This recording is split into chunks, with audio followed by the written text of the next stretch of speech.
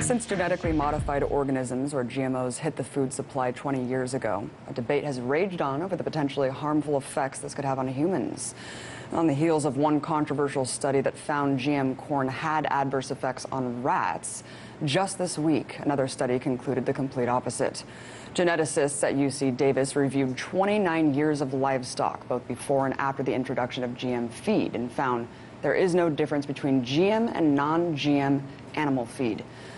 All the conflicting studies on the effects of GM foods and the intense arguments around the world concerning this very topic, it's important to hear from both scientists and leading organic advocates alike. So here to help me discuss, I'm joined by Alexis Baden-Mayer, Political Director at the Organic Consumers Association, and Dr. Kevin M. Folta, Professor at Horticultural Sciences at the University of Florida. Thank you so much, both of you, for coming on. And of course, you guys can jump in at any time, but I wanted to start with a one-minute statement from each of you. Dr. Folta, let's start with you. Why are GM foods beneficial to society? Well, GM foods are simply an extension of what humans have been doing in genetic improvement of crop plants for thousands of years. Only this way, we can improve crops with much more precision. The current suite of traits are just insect resistance and herbicide resistance and some virus resistance. 3 simple traits that are only found in 8 different crop products. They save farmers a lot of money. They have very positive environmental impacts. And after, as you said before, almost 20 years of use, not one single case of illness or death related to these products. An outstanding safety record for products that are extremely well tested and well revered by farmers. Thank you. Alexis, you advocate for a GMO-free food supply. Why? Genetically modified foods are dangerous. We know what the risks are. Scientists, since the very beginning, starting with the FDA scientists, said that we're going to see nutritional differences, we're going to see foods with toxins in them, and these foods are going to be more allergenic than normal foods. But then none of these risks were ever fully investigated. We still don't have any mandatory safety tests on genetically modified foods before we start eating them. The American Medical Association has even said that the FDA should make what they are doing right now a mandatory program and do real safety testing so we can actually find out whether the risks scientists predicted are happening. Alexis, how do you counter that UC Davis study that did find that there is no conclusive evidence that GM feed is harmful over 29 years? Well, they're just saying that they think that the animals are just as healthy as they've always been. You could say we think human beings are just as healthy as they've always been, or you can take the reverse. My side says, well, we do see more diet-related illnesses in human beings, and my side says the veterinarians are seeing on an anecdotal basis, they're seeing skeletal deformities in animals, they're seeing animals with severe gastrointestinal problems and ulcers in their stomachs. This debate will never be settled until we have mandatory safety testing at the federal level. And Dr. Folta, if GMOs are perfectly safe and effective, why have at least 26 countries from Switzerland to Australia banned at least some GM crops and another 64 have restrictions on them? Well, there's only 2 countries that I'm aware of that ban them outright. It is largely a political decision. It's done because of pressure and fear, which is propagated mostly by NGOs. Scientists in those countries speak very clearly that there's no evidence of harm from these products.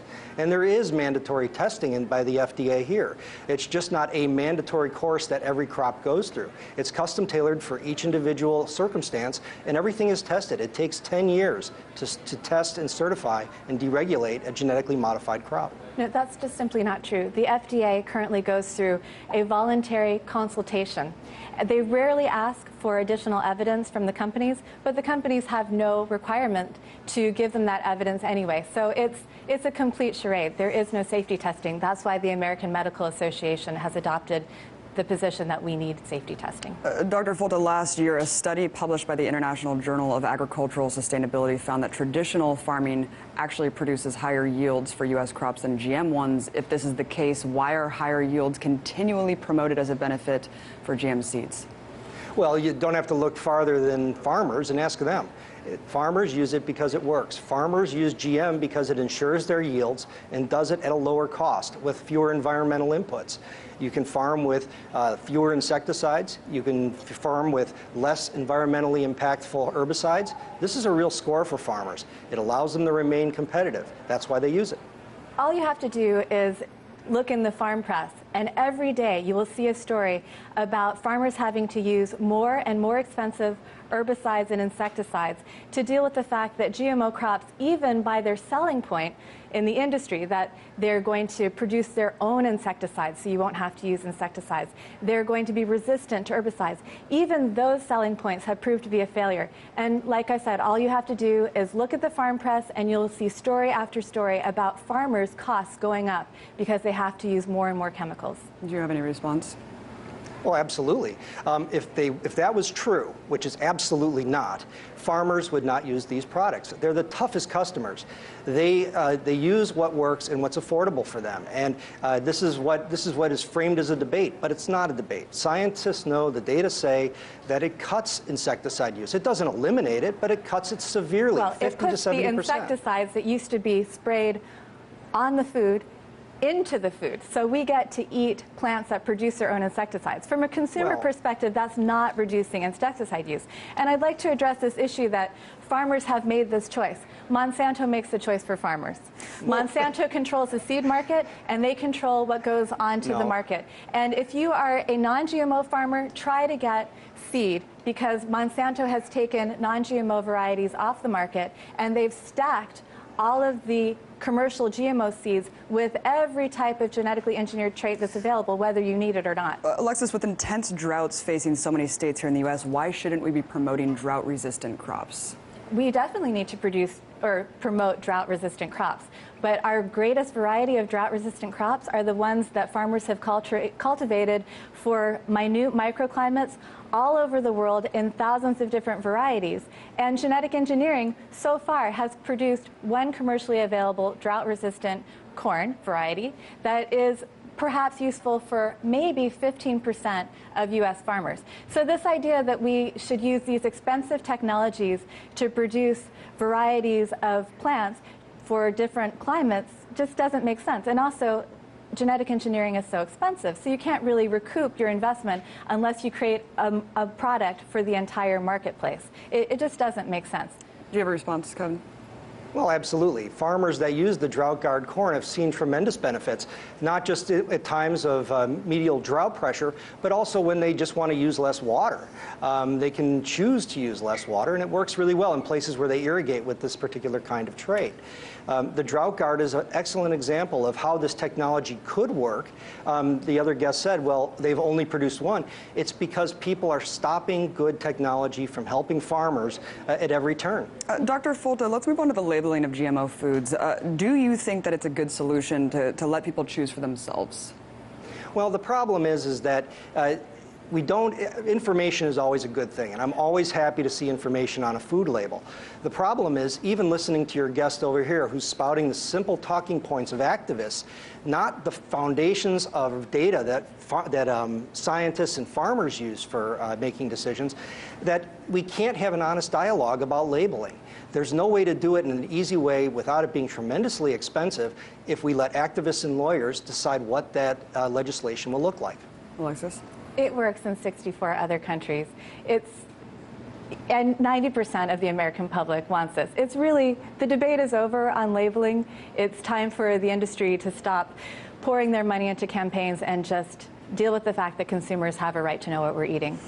Dr. Folta, according to MapLight, food and biotech companies spent more than $44 million to fight the 2012 ballot initiative in California that would have labeled those foods in that state. Why do you think companies, I think we just dropped him out there, technical difficulties, but yeah, I mean, I was just going to say that, you know, why are these companies spending so much money on politics when it would only take that one-time fee that seems like it would be far less money to actually just change the packaging? Oh yeah, it costs nothing to label. Companies change their package labels at least twice a year, most of them. And all of our GMO labeling legislation gives almost 2 years to companies to change their labels to include adding a note about genetically modified ingredients. So it's a non-issue. They don't want the public to know what they're eating. It certainly seems like there's a lot of concerted effort on this fight, specifically the labeling fight, which to me, it seems a little bit odd. What do you think about the argument that it would deter people from buying their products? And I guess that's what they're saying is, why should we deter people from buying our products if the science isn't there? We might actually find out through people who eat genetically modified foods versus people who don't eat genetically modified foods, whether genetically modified foods are in fact as dangerous as scientists predicted they might be. And I think that is the number one reason why the companies don't want labeling. Alexis, you were mentioning earlier about a lot of these trends that we're seeing over the last 20 years in dietary effects in humans. Is there any conclusive scientific evidence out there that actually does prove that GMOs are harmful for humans? Well, there have been some studies that have shown that we are being exposed to genetically engineered traits, and then there has to be research past that. What happens when we're exposed to genetically modified traits? We know, for instance, that most women in North America have the Bt toxin in our blood, the genetically modified Bt toxin that's in corn and other crops that produces an insecticide. So we are exposed continuously after eating Bt corn to a gene or a trait that exposes us to insecticides. No one's done the research to say what happens when we're exposed internally to insecticides. And we have about 45 seconds left, but I want you to kind of just provide a final statement on what you think the solution is to bridge these two camps and ensure the safety of our food supply. Well, it's very simple. The first thing is mandatory safety testing and mandatory labels, and then we also have to protect the organic and non-GMO food supply. We can't allow companies like Monsanto to basically contaminate the whole seed supply with these few traits that they've genetically engineered.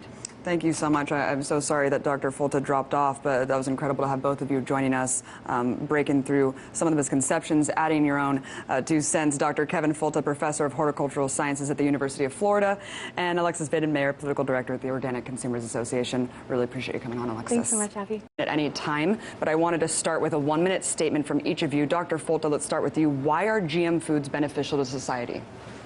Well, GM foods are simply an extension of what humans have been doing in genetic improvement of crop plants for thousands of years. Only this way, we can improve crops with much more precision. The current suite of traits are just insect resistance and herb.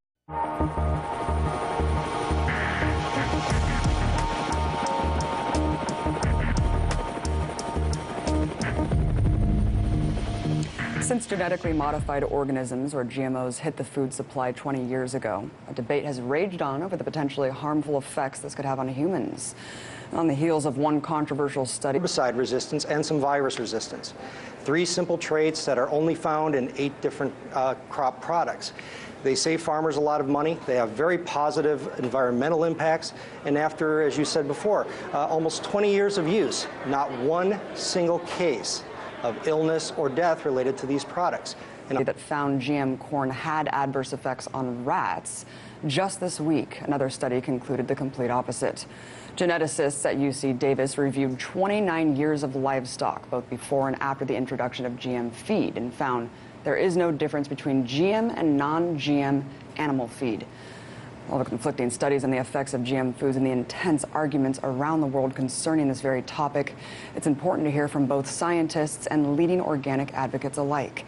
So here to help me discuss, I'm joined by Alexis Baden-Mayer, Political Director at the Organic Consumers Association, and Dr. Kevin M. Folta, Professor at Horticultural Sciences at the University of Florida. Thank you so much, both of you, for coming on. And of course, you guys can jump in.